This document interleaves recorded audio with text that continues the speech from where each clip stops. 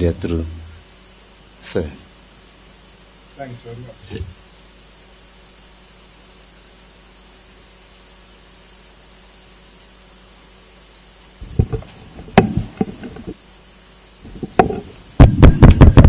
Okay.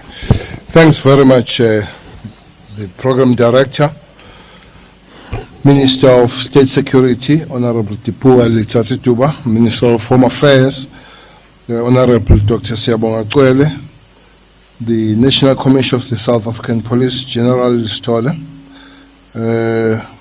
Masimula, the Chair of the Joints, Director Generals that are here, senior officials, members of the media, ladies and gentlemen. Members of the media, I address this briefing today on behalf of the Ministers of Justice, Crime Prevention and Security Cluster, with intention of updating you on the cluster's state of readiness for the 6th general election, which will take place in the next 6 days. The cluster approach is that safety and security during the elections must be coordinated by all concerned departments and stakeholders, with aim of ensuring that all South Africans exercise their constitutional right to vote freely and fairly. Ever since the pronouncement of the date of the 6th general election by His Excellency the President, the JCPS cluster has been hard at work analyzing the safety and security situation in the country and putting measures in place to protect all our citizens as they exercise their constitutional right to choose a political party of their choice for the next administration of the country. At this stage, we can emphasize our confidence that all safety and security measures have been put in place to create an environment for free and fair elections starting from the 6th to the 8th of May 2019. I'm sure you hear the emphasis, not just the 8th, but from the 6th until the 8th. Through our intelligence-driven operation, hotspots in the country have been identified and will be prioritized. As part of the deployment strategy, a capacity of 5 teams will be maintained at national level to be deployed to any part of the country where the situation requires urgent intervention to deal with high-risk situation. The highest risk areas are the Northwest and KZN provinces. All relevant security-aligned departments within the 3 spheres of government are continuously working tirelessly to ensure the successful delivery of the 6th general elections. As force multiplier, we will be deploying around 3,504 reservists nationwide. The election security plan is managed by the national, provincial, district, and local joint structures of the JCPS cluster. These joint structures consist of the SNDF, SEPS, Home Affairs, IEC, the Demarcation Board, Department of Justice and Constitutional Development, the State Security Agents, and other stakeholders. As a cluster, we want to reassure the public that all areas will be accessible for all citizens to exercise their constitutional right to vote. On the day of the election, 22,924 voting stations will be opened for all citizens to vote. There will be also be 9 result centers in each province and TSWA-BAC designated for the national results. Members of the South African Police will enhance visibility and prevent any form of criminal activity in and around voting station and the result centers. Furthermore, police officials will monitor all forms of protestation or shutdowns to ensure that no individual's constitutional right to vote will be infringed. Police officers will escort presiding officers who will visit homes of those people who will participate in special votes on the 6th and 7th May 2019. Law enforcement agencies will also provide security service to the presiding and voting officers when they collect and deliver ballot papers, strop boxes, to voting stations. In total, 51,306 police officers will be deployed in the voting station on the election day. 51,306. The Department of Correctional Services, which houses a population of 170,000 inmates, is mandated by the Electoral Amendment Act of 2013 to ensure that every inmate, irrespective of the type of sentence imposed or the type of offense committed, is entitled to register as a voter and vote in the election of the National Assembly and the provincial legislature. Therefore, the department will be deploying voting officials in the 243 correctional facilities around the country to allow all registered inmates with relevant identification documents to exercise their constitutional right to vote. A protocol has been established between the Department of Justice and Constitutional Development, South African Police Service detectives, and the NPA to prioritize all election-related cases. No specialized courts have been established, but they will be prioritized, these cases. To ensure access to the correct documentation, the Department of Home Affairs will extend operational hours at front offices from the 6th to the 8th May 2019 in a drive to assist eligible voters to collect identity documents they had applied for, or to apply for the new identity documents or temporary identity certificates. The front offices of the Department of Home Affairs will also align its operational hours for identification services to those of the Independent Electoral Commission. This means that Home Affairs offices' operational hours will be extended from 16 hours to 19 hours to cater for people seeking access to services on these two special voting days. This will provide further opportunities for citizens to collect their uncollected documents from 8 a.m. to 19 hours p.m. Home Affairs frontline offices will also provide public service on election day from 7 in the morning to 21 hours. Anyone in possession of an enabled document like a smart ID card, green ID book, and temporary identity certificate will be afforded an opportunity to cast his or her vote. To assist the people who lost their belongings in the identification documents in the flood-ravaged areas in KwaZulu-Natal and Eastern Cape, the Department of Home Affairs will issue more than 300 identity documents in Eastern Cape and 121 in eThekwini, KwaZulu-Natal. The Mngeni offices will open on Saturday to assist the victims. The department will continue to issue more temporary identification documents to those affected by the floods. The department therefore appeals to citizens to collect their smart ID cards or green ID books or to apply for temporary identity certificate so that they may exercise their democratic right to vote.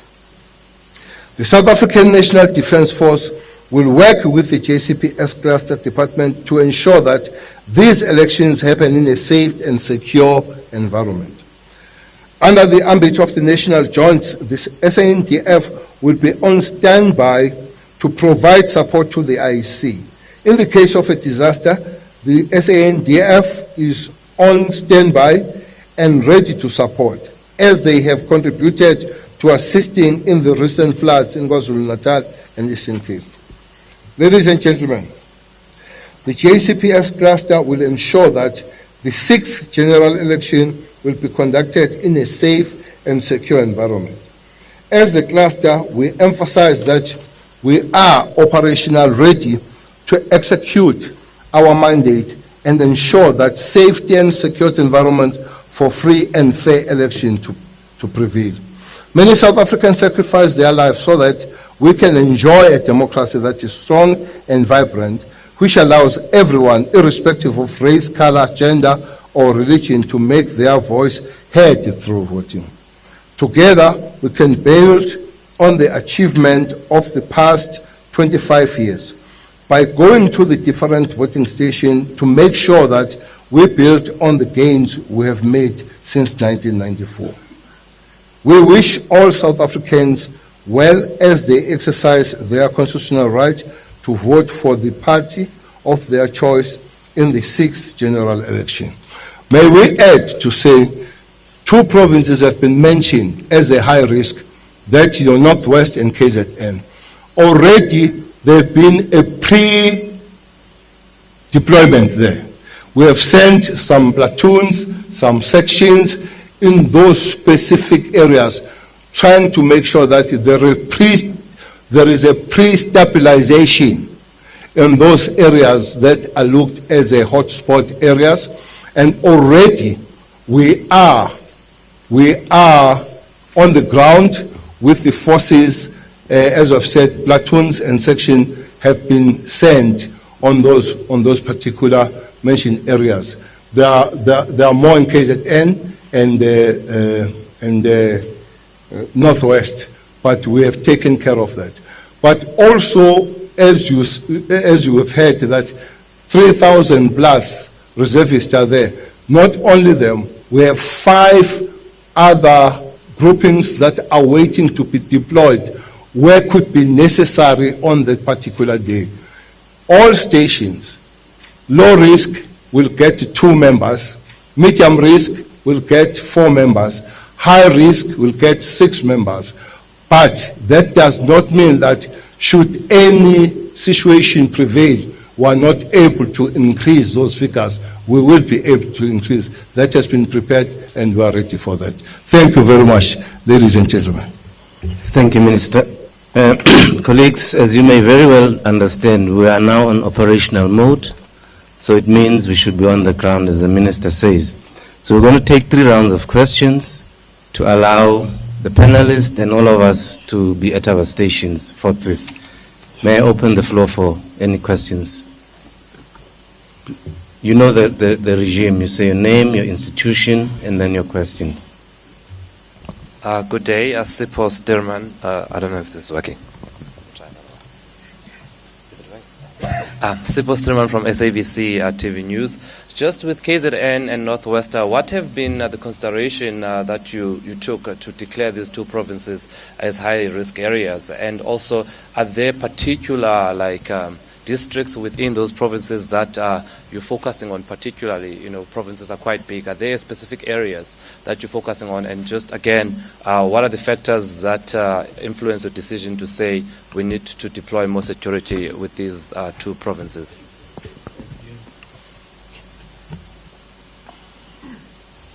Alex Mitchley, News 24. Good morning, Ministers.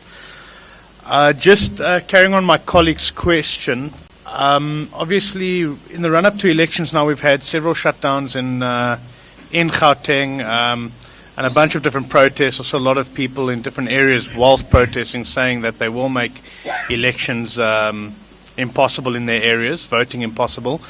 So you did identify 2 provinces. So Gauteng, do you guys feel fairly confident that Gauteng will have no disruptions? In your analysis, in your intelligence, has there been nothing about possible heavy disruptions in Gauteng, given what's been happening in the run-up to elections? Thank you.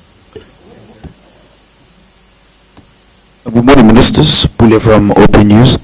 Just to add on what my colleague just said here, I just wanted to know if you've also been monitoring, certain modus operandi that will be taking place in Limpopo, whereby there's allegations of communities such as Vuwani persisting that they will be boycotting the elections.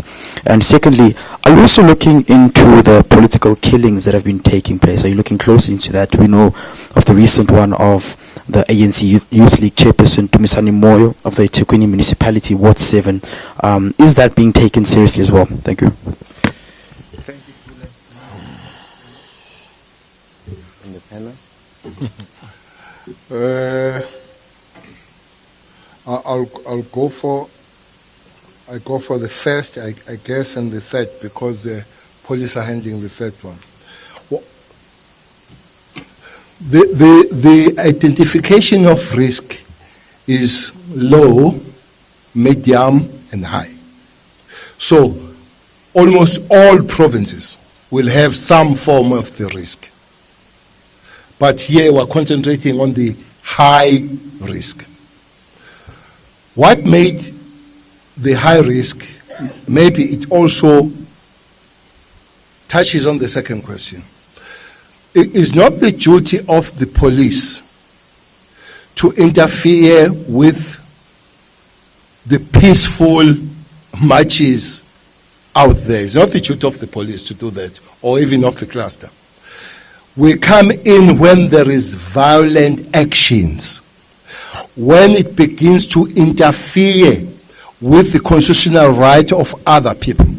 Really, police or this cluster can't see people standing there doing nothing, and then you say, "Yeah, you go and vote." It's not the duty of this cluster. But if you stand there and you block other people to go and vote, then this cluster, the police, they come in on that. So these two provinces, they seem to be high on that, especially in KZN. There are areas where there are still political violence and political blockades. There are several of them. One will be at Ilembe, that is Watuguza, a place called Lindelani. It will be also same district in the place called Ndwedwe. There will be a place in Vryheid, especially township called Beguzulu, and some areas at Tegwini, especially the hostels, where there have been interference even with the registration and campaigning. So that makes those high, because people don't just engage on their constitutional right activities, but they begin to interfere with the right of other people. So police comes in there and the cluster comes in there. Northwest, I'm sure you are aware, where there is a place where the premier, I think it's called Bloemhof, where could not go. And 2 days, 3 days, there were buses banned when other people were campaigning there in a place called Brits and all that. So that's why, because there is a lot of interference with the political and constitutional right of other people. So that's why these two provinces are taken up. But it does not mean that there are no medium and low risk in other provinces.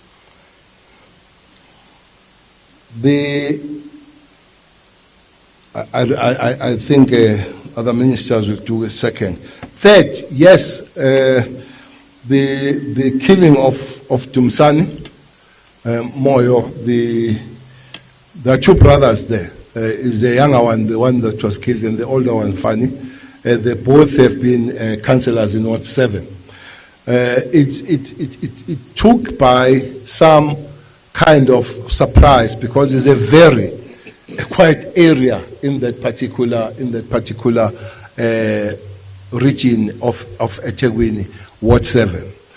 But yesterday, the special team that is dealing with political violence in KZN have taken over the case as early as yesterday. Actually, they were the first to be on the scene. What are we doing about it? We believe, as we are seated here, that if the efforts that have been made in the KZN province vis-a-vis political killing would have been worse, minus the efforts that have been done. For the fact that 163 people linked to these political killings have been arrested, with 27 of them already sentenced, 5 of them sentenced to the life sentence, and the rest are doing between 6 months and 50 years. 66 of them are inside without the bail, and the investigations are continuing.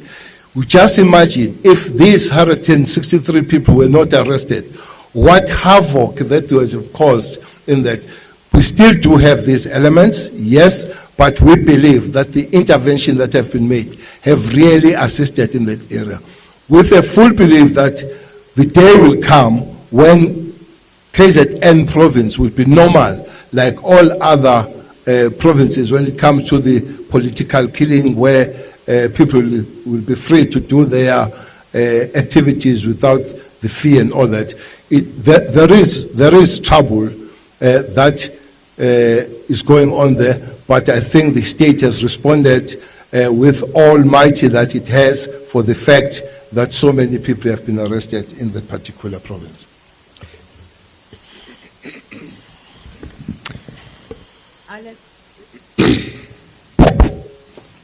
Alex from Media 24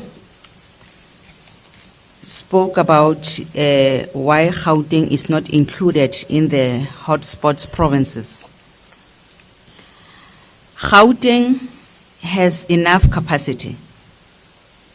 The two provinces we mentioned, we specifically identified them because they need reinforcement to deal with these hotspots. Now, Gauteng, we strongly feel they have enough capacity to deal with whatever protest or whatever threats which can make elections impossible in all the areas in Gauteng. It does not mean there are no hotspots in Gauteng. There are a number of them, and Gauteng has enough manpower to can deal with them. Vuwani in Limpopo, Vuwani has been identified as a threat, not a new threat. It has been a threat even in the previous elections.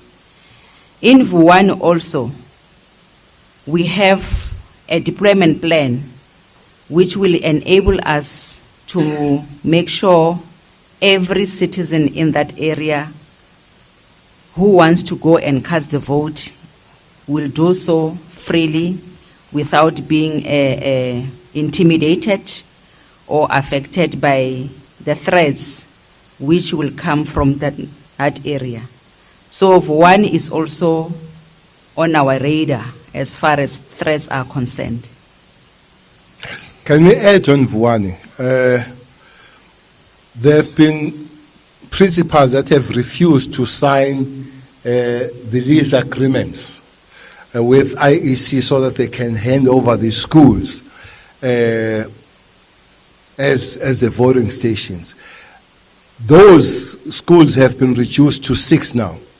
The SANDF is available to provide the alternative venues as their tents that will also take care of them. SANDF members don't guard the voting station, but because these will be their own tents and facility, they will take care. So even those that leases are not signed, so there will be a temporal provisional voting station provided by the South African Defence Force there. Thank you, ministers. Any taker for the second round? Going. Cape Town. Cape Town has a question. Oh, Cape Town. Let's start with Cape Town before we come back to Pretoria. Cape Town. Go ahead, Cape Town. It's not working. Oh, thank you. Good morning. My name is Andy Siwe. I write for the Sunday Times. I just want to follow up to what Minister Cede just said about principals who will sign leases with the IEC. Are those private schools or are they public schools? And if they are public schools, what is going to happen? Because surely they cannot willy-nilly take those decisions. Can they bar the state or the IEC from running an election at a public property? So what action is, if there is any, that is being taken against those principals if those are public schools? My other question relates to ESCOM. I know it's not an area of your competency as the cluster, but the threat of load shedding is a real issue. It's also an issue that was raised by MPs when SAPS came to Parliament to brief about plans for this election. Do we have a backup plan in the event there is load shedding on the day of elections? Thank you. Thank you, Andiswa. Cape Town, taker. That's it. Thank you. Thank you very much. We'll come back to Pretoria.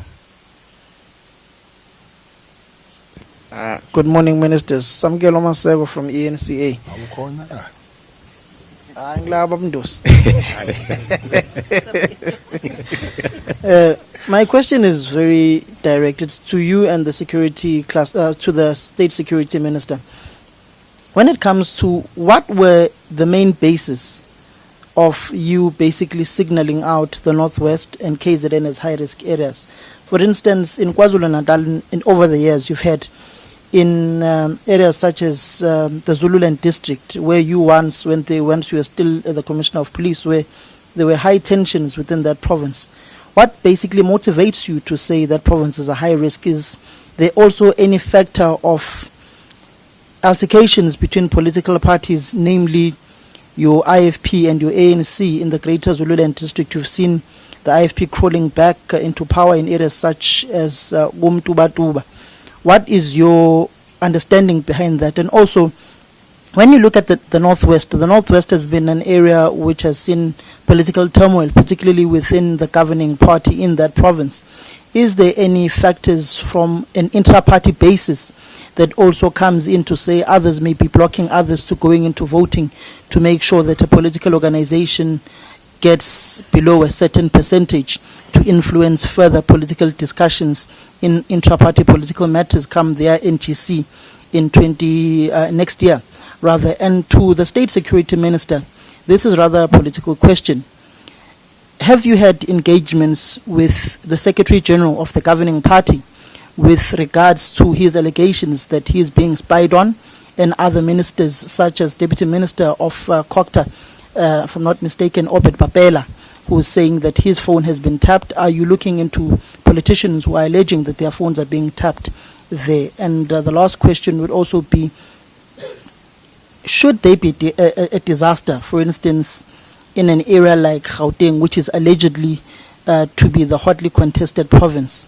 What is your deployment strategy if you have eyed out only the Northwest and KZN as hotspot areas? For instance, you've had allegations in the past where people have said there were votes rigging and votes dumped in areas such as Alexandra. Thank you. Samgelo, you've abused my time, you know that? The lady up there. I'm Teta from the Daily Maverick. This is more of a request. I just want to know, can you elaborate on the areas in Gauteng that might be a high risk? Thank you. Thank you.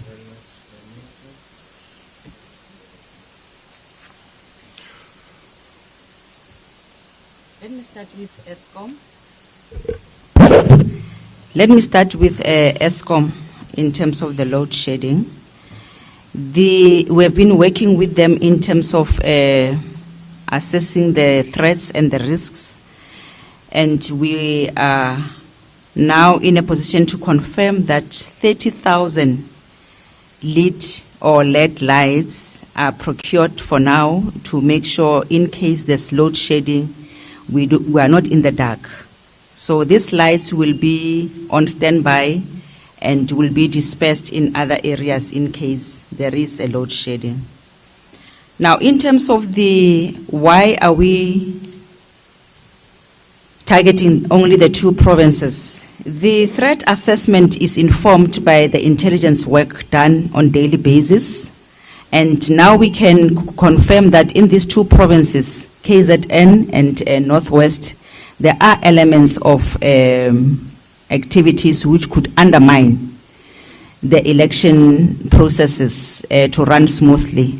So these two provinces is because of the work we are doing every day on intelligence work. And Gauteng, in case there is a disaster, and as we indicated earlier on, Gauteng, it has more capacity than Northwest and KZN in terms of your infrastructure and in terms of the personnel, and also the skills in terms of intelligence gathering. So in Gauteng, we are much more comfortable. The issues you raised about vote rigging in the past, we are interacting with IEC on daily basis to make sure we close all the loopholes which we happened in the past in terms of your cyber issues, penetration, if there is things of that nature. So even tomorrow we'll be having a meeting with with the IEC to make sure all the gray areas are closed. The last question is not related to elections, Samkelo. The one related to SG. We haven't interacted with SG since his pronouncement about being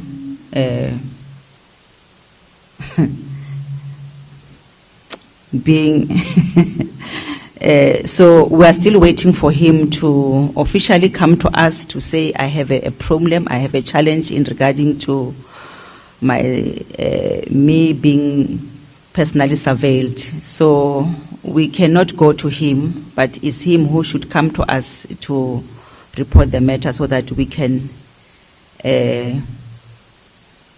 take it further. But we must emphasize that it is concerning for us to have this kind of activities when we are in a process of restructuring the department and realigning it to make sure it works according to its mandate. And if there are any other activities which relate to that, to me is concerning, and we'll go to the bottom of it to make sure we nip it in the bud. Samuel, starting with the last question. I don't know if it is also is not election related, but it will be good just to put some light on this matter. Your angle is Comrade Obed, Samuel, on this matter. I spoken to Comrade Obed personally yesterday or day before yesterday, and I explained this matter. I think, if I'm not mistaken, he's a 9th minister that has received this message of him being investigated by the so-called hawks. He's the 9th one. I told him, I let him, what happens. Firstly, you receive a phone, a call. It's the same modus operandi. You receive a call, and that call said somebody wants to see you. And the first question is, why are you fighting you guys within the ANC? So can we see you because we want to give you the story that either will be arrested or will be raided? He's a 9th minister. Okay? And then they will say, if you are in Joburg, they will say they are in Durban. If you are in Durban, they will say they are in Joburg. And then they say they want to come and brief you. But because it's not the official trip, the police can't pay for it. Would you put a certain amount for the ticket for that particular guy to fly? This is a 9th minister. And once you say, no, I'll come and see you, say, no. People should not see me talking to you. Put the money so that I can fly down. It's not only the politicians. One soccer boss, it happened to him, and then we put the mechanism in a certain place in Limpopo where we were ready there, the real hawks now. The guy came, as we were counting amount of money to these guys, we pounced to those guys. Those guys were arrested. I'm told the story that they are out on 45,000 rand fine. That's not us. But after explained to Comrade Bapela, it was well understood that there are a group of people who have arrested some of them, who have identified some of them who are running. It's a scam. It's not any political fight among, it's a scam by the group of sources. It is on that score that we have issued the statement as the Hawks, saying we distance ourselves from those calls. There is no such thing as Hawks running around chasing people. I hope you have seen that statement issued in the name of the head of Hawks, General Advocate Libia by the spokesperson Mlaudzi. So that story ends there. Hope you have found the proper explanation on that story. The school thing, I think Minister Kwele will answer. You are asking KZN and Northwest, what makes the place to be high risk is when there is a violence, especially political and violence activities. KZN, fortunately you started there, you understand KZN. I was born there. KZN, about 3-4 weeks, 4 people were taken from the place called Lindelani at Stenga or Watuguza to hospital when there were clashes of campaigning. 4 were taken to hospital, quite injured. So it's a story that you don't necessarily hear it in other provinces where people, they still physically get injured to be taken there. That was Watuguza. Secondly, what Epeguzulu Township, a Fryhead, there was a company that was going with a certain political party on behalf of the political party, harassing other people carrying guns. We have sent SIRA there to check what kind of the company is that. There are activities going on there. There are several others. There are places where you can't just get in. I'm sure you know the hostels. There are 2 main hostels in Durban. That will be Wamachu and that will be Hostel 17 in Umlazi, where for being a political aligned, you are in danger in that. So that's a high risk of happening in that province. In Northwest, well, I will talk about NGC. I didn't hear what you were saying about NGC. The crux of the matter, Premier went there and was physically attacked. His car was damaged and was threatened and all that. He had to be rescued out. Not only that, 2 days ago, Minister Kubai was in the place called Brits. 3 buses were burnt. We had to work on rescuing her, though situation stabilized. So where people are still physically attacked for whatever reason, that is a high risk. If people go march, make noise and all that, that will be medium and all that. So that's what puts there, that there are still physically harassment, people, they still physically get injured. So the forces and the police and the service and all of us, that's why we take care of that, we put it there. Not necessarily that there are no other risks in other areas. We leave it to medium and we leave it to low.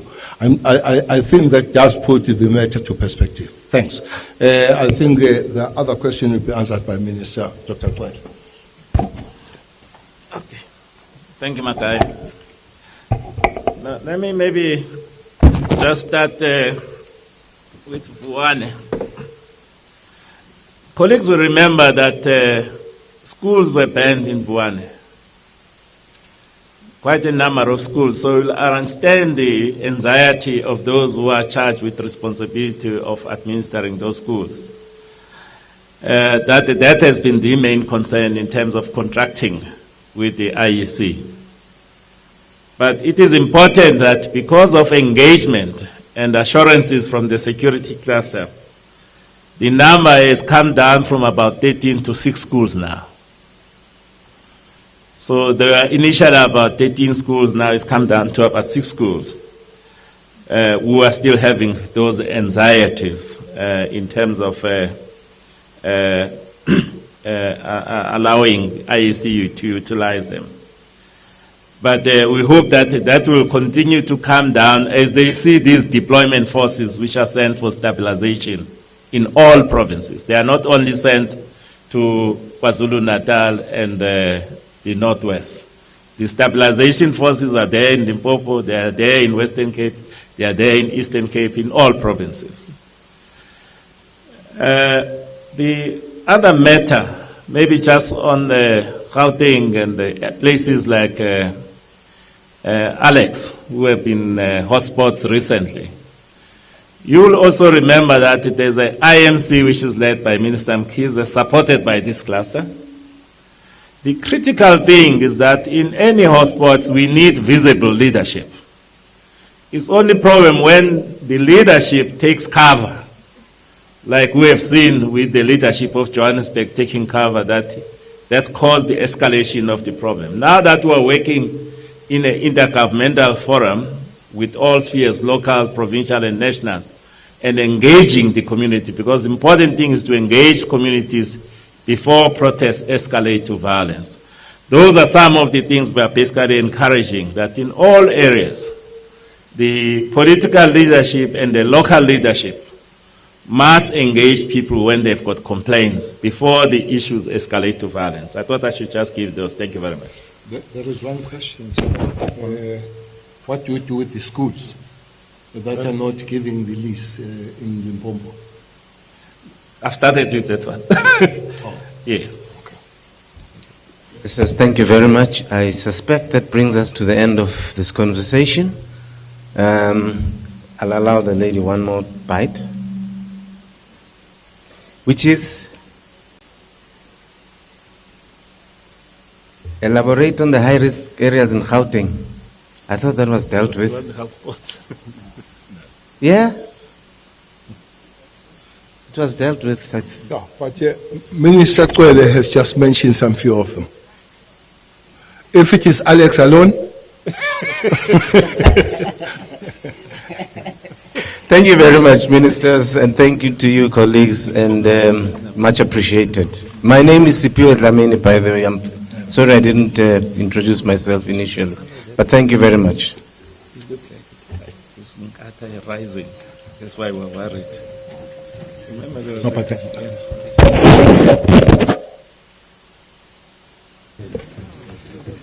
Tim.